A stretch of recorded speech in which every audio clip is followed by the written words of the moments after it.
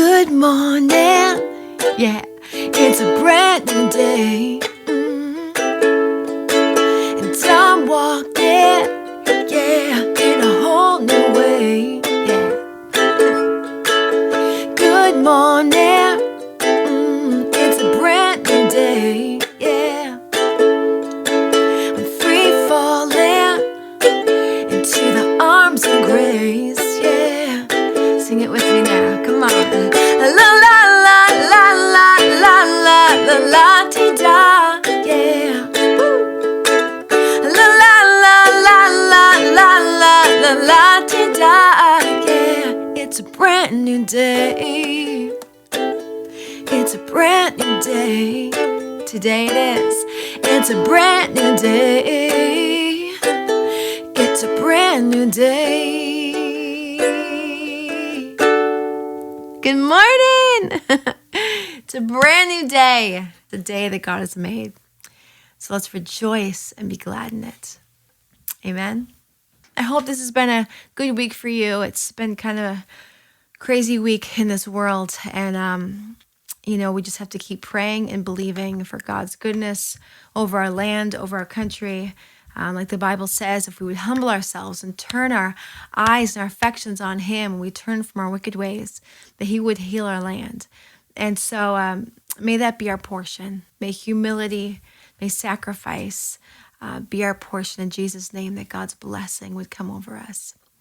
So let's go back to where we were in Galatians chapter 5. We're going to pick it up in verse 11. And I, brethren, if I get preached circumcision, why do I yet suffer persecution? Is then the offense of the cross ceased? I hate to say it, guys, but this seems a little sarcastic. Paul's like, if I'm preaching circumcision, why is it that I'm dealing with all this persecution? I mean, if we just stop for a minute and realize the kind of persecution that Paul had faced for preaching the cross, oh my goodness, he was arrested multiple times. He was imprisoned multiple times. He was beaten. He was stoned. I mean, you name it, and it happened to Paul. Not for preaching circumcision. It was for preaching the cross. The cross was the offense to people. You know why it's such an offense? I think it's such an offense because people want to believe that them doing something earned their way to heaven. Doing these rituals, it got them in that place. It was something that they did. It made you feel good. But the preaching of the cross is the truth that Jesus gave His life on a cross as a ransom and sacrifice for our sins, that He was the one who died and was buried, and He was the one who was resurrected on the third day, conquering sin, death, and the grave for you and for me. It was all God. It was all God's doing, and it is marvelous in our eyes. And it is not something that we can take credit for, but it's something that we can believe by faith. So instead of puff us up, it's very humbling to know that God so loved the world, and while we were yet sinners, Christ died for us. It's what He did. And what I couldn't do, He could. And what I didn't, He did. Because He loved me first. Now I can love Him. Amen. So let's look at verse 12. I would they were even cut off which trouble you. For brethren, ye have been called unto liberty. Only use not liberty for an occasion to the flesh, but by love serve one another. So this is huge because up until this point, Paul is just drilling home that we are called to liberty, that we are not called to be in bondage to the law or in bondage to anything else, but to have liberty in Christ. And where the Spirit of the Lord is, where His Holy Spirit is, there is liberty. Amen. But he's making a point here for people to understand liberty doesn't mean freedom just to do whatever you want. I don't know about you, but I have heard and seen with my own eyes countless times people using their freedom in Christ as an occasion to live just like the world, when the Word of God clearly says to come out from the world and to not be like that, and to not be of it. But yeah, it's very easy to manipulate that and use that liberty as an occasion for the flesh to be free whenever you want to do. But he realizes that that could be taken to that place in the flesh. So he clears that up really quickly, saying, only use not liberty for an occasion to the flesh, but by love serve one another. And what does that mean in occasions of the flesh? Well, as we go further down in Galatians, we're going to learn about what the works of the flesh are and what to look out for, the things that we should not allow our flesh to take part in. And it's also going to teach us the fruits of the Spirit. So if we have the Spirit and are living in liberty, these are the things that should pour out of our lives. So we're going to get there. I don't know if we're going to get there this week, but we'll definitely be there by next week. So what should we do in the flesh? This says we should love and serve one another. Amen. So look verse 14. For all the law is fulfilled in one word, even in this, thou shalt love thy neighbor as thyself. But if you bite and devour one another, take heed that ye be not consumed one of another. This I say then, walk in the Spirit, and ye shall not fulfill the lust of the flesh. Wow. Okay, so there's a lot right here. So we see Paul take this little turn of liberty to now, okay, now that I think you're understanding liberty, do not use this liberty as an occasion for the flesh or to sin. So this is a little turn. He hasn't really talked about this yet in Galatians, but now he's really going to hit home on this because he obviously knows that this is something that can happen and has already happened. So he's giving them a warning. Look at this, 15. But if you bite and devour one another, take heed that you be not consumed of one another.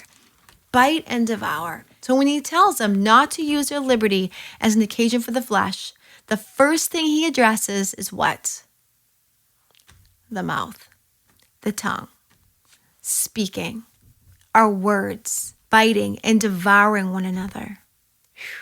One of the most evil and destructive things that we can do in the body of Christ or to one another.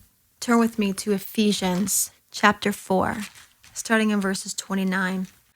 Let no corrupt communication proceed out of your mouth, but that which is good to the use of edifying, that it may minister grace unto the hearers. There's that grace. And grieve not the Holy Spirit of God, whereby you are sealed unto the day of redemption. Remember we talked about redemption when we are finally redeemed of him. Let all bitterness, wrath, and anger, and clamor, and evil speaking. Again, this has to do with our mouth, speaking and clamor. Be put away from you with all malice, and be kind to one another, tenderhearted, forgiving one another, even as God for Christ's sake hath forgiven you. And we just talked about that. How are we healed? How are we set free? How should we act? How should we be kind to one another, tenderhearted, forgiving one another? Why? Because Christ has forgiven us. Now look at the first verse in chapter 5. Be ye therefore followers of God as dear children, and walk in love as Christ has also loved us. Then it goes on, and then it deals with the sins of the flesh and what to stay away from, just like we're going to look at in Galatians. And what I don't want you to miss here is as he is teaching the Ephesians how not to give place to the devil, the first thing he addresses is that mouth. The mouth here, verse 29, the mouth. Verse 30, speaking, to put all that away. And then, what does he deal with? Verse 2 in chapter 5, walk in love. You're going to see over and over again how God tells us how to deal with things is to take care of this and then take care of this. Take care of your talk because guess what? It's going to take care of your walk. Take care of your talk first because you know what? If you can tame your talk, then you're going to have a much better chance at taming the walk. Does that make sense? It always follows suit. The things we speak, the things we say, the things we talk about, gossip about, speak of, accusations, whatever it might be, jealousies, whatever we allow to come out of our mouth, it is going to affect the walk. The talk will affect the walk. He always deals with the talk before the walk. You know that words are seeds? The words that we plant will produce a harvest. The very word of God is the seed that is planted inside of us.